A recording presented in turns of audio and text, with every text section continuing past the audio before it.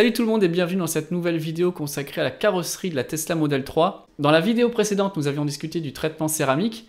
Et à ce sujet, je vous rappelle que David a une offre promotionnelle réservée aux abonnés de la chaîne. Je vous invite à aller voir la vidéo que vous pouvez retrouver juste ici. Et d'ailleurs, il m'a dit que vous avez été assez nombreux à le contacter et je tenais vraiment à vous en remercier. Alors dans cette nouvelle vidéo réalisée le même jour, là je suis maintenant avec Jérôme qui est carrossier de métier et c'est lui qui m'avait réparé ma Tesla Model 3 l'année dernière. Du coup j'en ai profité pour lui demander quelles sont les subtilités de ce rouge multicouche Tesla, autrement appelé un Candy Apple, et en quoi cette très belle couleur est assez compliquée à reproduire. Les réponses et la démonstration dans un instant, juste le temps pour moi de vous rappeler que si vous êtes intéressé par l'écosystème Tesla, Elon Musk, les voitures électriques et les énergies renouvelables, eh bien bienvenue si vous êtes nouveau sur la chaîne et très heureux de vous retrouver si vous avez l'habitude de suivre mes vidéos. Et du coup j'en profite pour vous rappeler de vous abonner à la chaîne et faire retentir la cloche, comme ça vous manquez aucun des épisodes. Assez discuté, on se retrouve maintenant avec Jérôme dans son atelier où il va nous montrer comment il réalise ce Candy Apple Tesla, un mélange de bordeaux à paillettes et de rose. Enfin bref, regardez. On a fini le traitement de céramique. Et là maintenant, Jérôme, salut. Salut, bonjour. Je voulais voir avec toi parce que c'est toi qui m'as refait ma voiture l'année dernière quand j'ai malheureusement tapé et que j'ai arraché une partie de la couleur. Tu t'es arraché les cheveux pour me refaire la couleur, mais ça se voit pas. Est-ce que tu peux nous expliquer comment on refait la teinte? Quelle est la particularité aussi de ce rouge Tesla qui est un petit peu difficile à faire? Alors en fait, sur toutes les voitures de série, il y a une plaque couleur et donc il y a un numéro dessus et on va faire ça ensemble. On va relever le code ensemble, on va regarder dans les teintiers et ensuite on va aller sur l'ordinateur. Donc elle a une petite particularité cette voiture, c'est que c'est un tricouche Candy, donc c'est pas une couleur classique. Donc on va voir, c'est vraiment une spécificité chez les constructeurs, c'est un petit peu à la mode. C'est un dérivé de Candy Apple. Donc on va voir ça ensemble. Alors le code couleur, chez Tesla, il est dans la portière. Paint code PPMR, juste en bas à droite. Donc ça on va le prendre, ce PPMR, et on va le mettre dans l'ordinateur. Donc là dans ton ordi, là, tu as toutes les couleurs possibles de toutes les marques? Oui, c'est ça, exactement. Donc là en fait ce que je fais, c'est que je vais marquer Tesla. Donc là, Tesla Motors, j'ai toutes les teintes Tesla. Je vais taper notre code couleur qu'on a trouvé dans la portière, donc PPMR, Sunset Red Pearl. Voilà, donc il est connu, il est référencé, j'ai tout. Il n'y a pas beaucoup de teintes chez Tesla, donc ils l'ont mis avec Jaguar. C'est pas comme Suzuki ou Toyota où il y a énormément de teintes. Donc à l'intérieur, j'ai une carte PPMR, voilà, Sunset Red, voilà. Je vais contrôler avec ma lampe lumière du jour, qui est là, voir si c'est vraiment exactement la bonne teinte. Donc on va faire un petit contrôle visuel.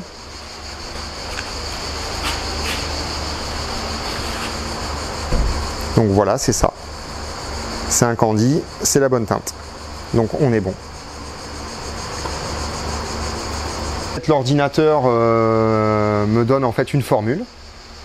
Donc en fait elle me donne deux formules en fait, parce qu'il y a une sous-couche et une première couche et une deuxième couche. On va faire la première couche, donc 957. Ici j'ai toutes mes teintes de base. Donc je vais prendre la teinte 957. Donc on va en faire 50 grammes pour le bien de la démonstration, donc 12,8. Donc j'ai une balance, qui est une balance de bijoutier. Donc là je vais mettre 12,8 grammes. 25,4.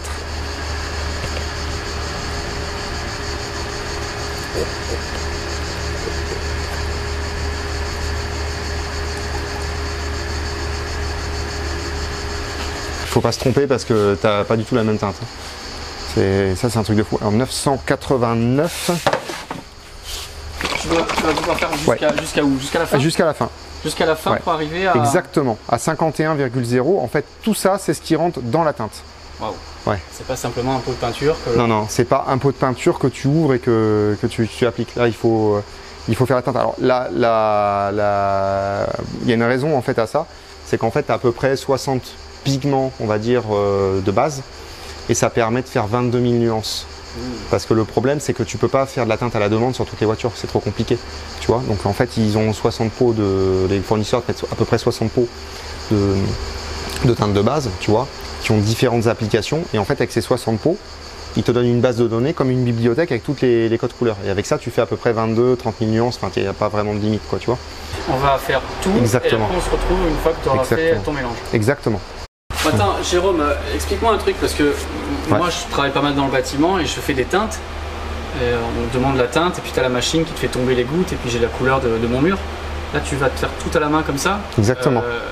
Exactement, parce que la différence qu'il y a entre du bâtiment et de la voiture, c'est que c'est tellement précis la voiture qu'une goutte près sur certaines nuances, en fait, à la fin, tu n'as pas du tout la même couleur, quoi. Et vu que c'est extrêmement précis, tu n'as pas d'autre alternative que de faire ça à la main, c'est à la goutte près.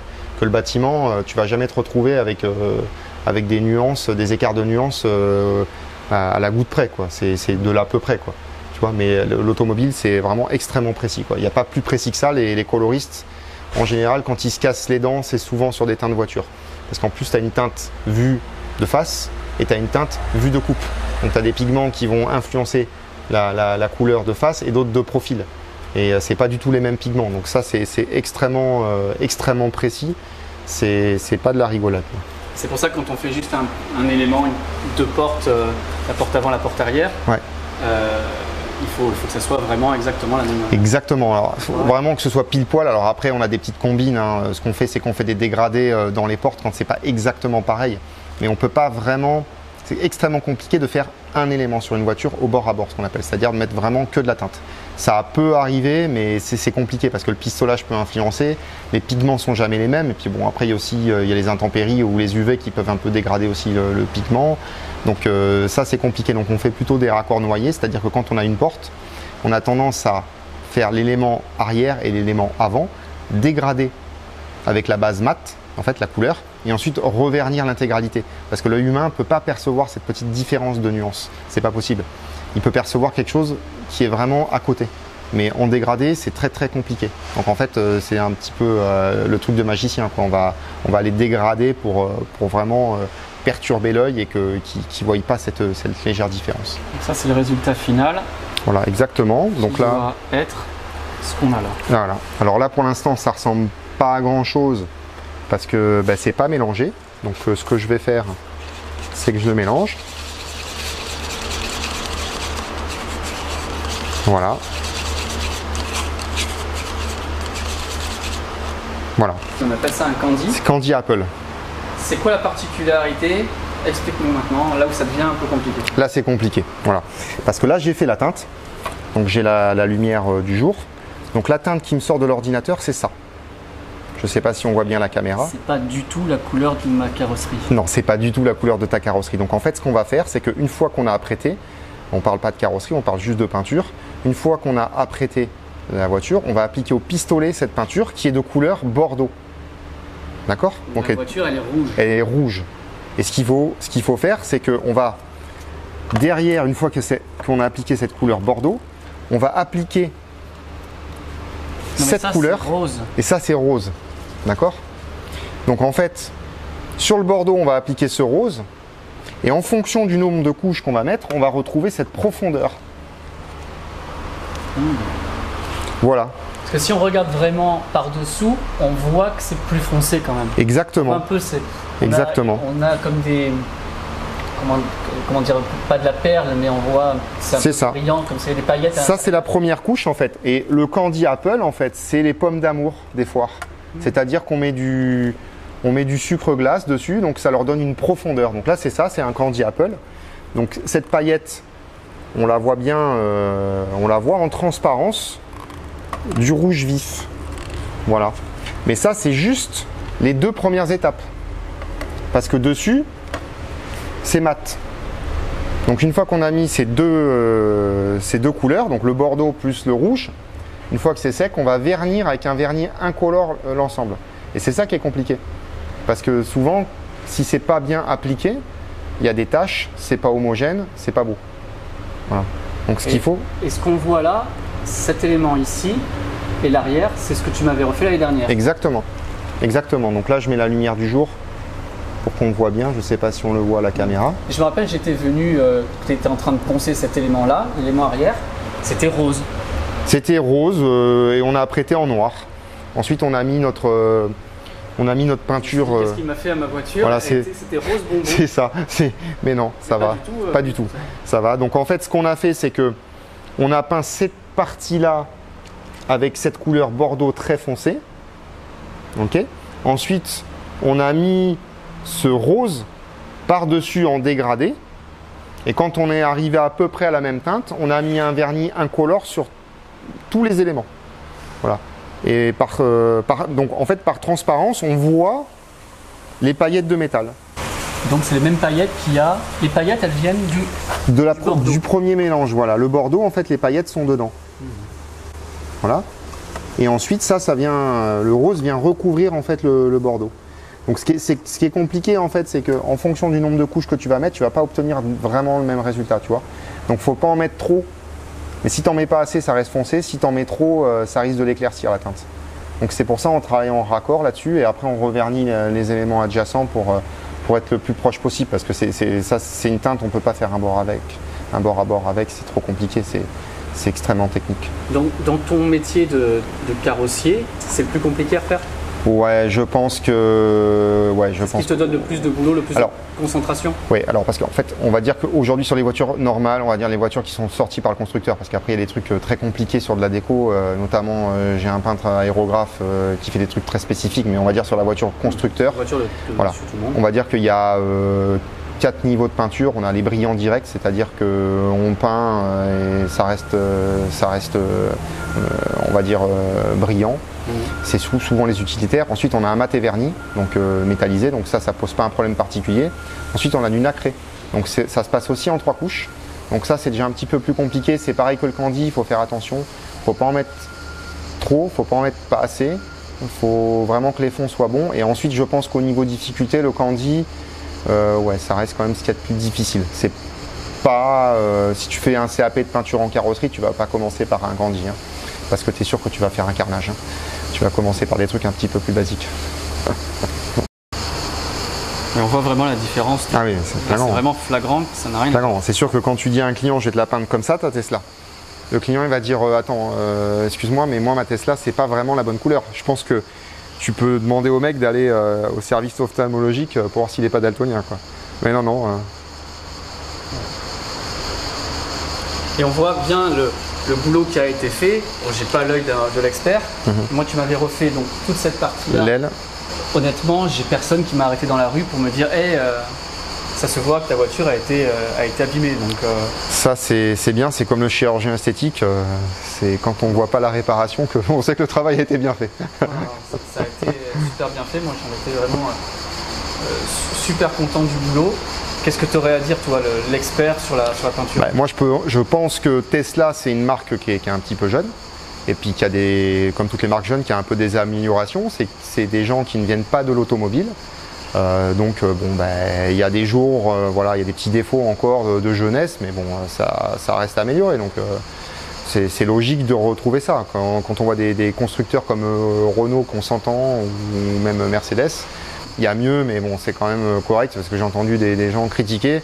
Après, moi qui suis professionnel, qui ai l'habitude de voir depuis 27 ans des peintures, je vois qu'il y a une petite qualité qui est un petit peu inférieure. Mais enfin, ça dépend, c'est pas régulier en fait. Hein. Des fois, c'est très très bien et puis des fois, il y a des petits défauts. On parle beaucoup des problèmes de finition. Alors, qu'est-ce qu'il en est de la finition, les gaps entre les voitures? Qu'est-ce que tu en penses? Alors, moi, je pense que c'est vrai que c'est chez Audi ou chez BMW, en fait, à des petites cales en téflon et les gens passent pour régler les jours. Et c'est vrai que Tesla, on se retrouve sur des jours qui ressemblent un peu à des Renault. Donc c'est un petit peu moins fini. Alors c'est sûr qu'un œil expérimenté, il va le voir. La finition est un petit peu moins bonne, c'est clair, par rapport à une Mercedes. Mais ça, c'est vraiment un professionnel qui va le voir. Après, intrinsèquement, on peut dire que c'est des voitures qui sont quand même faites pour durer. On voit bien sur les batteries qui sont faites pour des durées de 800 000 km. Aujourd'hui, on va pas critiquer les concurrents, mais les voitures, elles sont faites pour faire 6-7 ans et ensuite, il n'y a plus rien qui marche, quoi. Des pannes électroniques, donc on voit bien, j'en discutais avec un dépanneur, il me disait que Tesla, c'est extrêmement rare qu'ils aillent en dépannage sur une Tesla. C'est extrêmement fiable.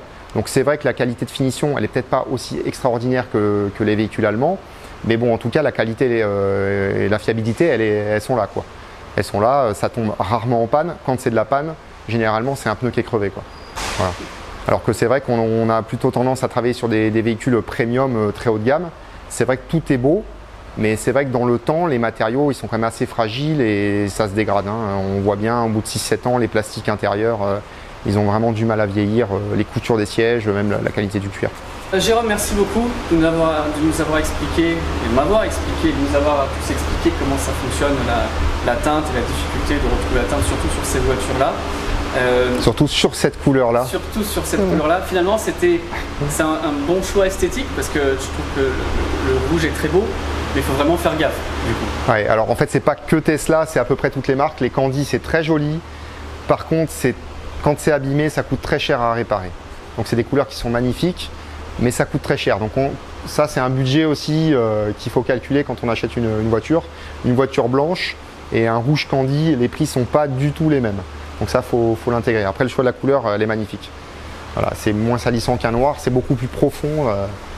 C'est un très bon choix de couleur. Et du coup, on recommande quand même d'avoir fait le traitement céramique, parce qu'on voit que ça a gardé la profondeur de la couleur, ça s'est pas terni, ça s'est pas oxydé. Ça s'est pas terni, ça s'est pas oxydé. Ça a même rajouté de la profondeur au Candy. Alors déjà, le Candy à la base, c'est vraiment pour donner un aspect profond, mais là, ça a encore rajouté de la profondeur. Ce qui va se passer, c'est que tu auras beaucoup moins besoin de la laver aussi. Donc ça, c'est quand on est un petit peu feignant. Je sais que moi, par exemple, j'ai un peu de mal à laver ma voiture. C'est pas mal aussi. Donc le céramique, c'est bien pour ça. On la lave beaucoup moins souvent. Merci encore énormément de nous avoir appris toutes ces choses.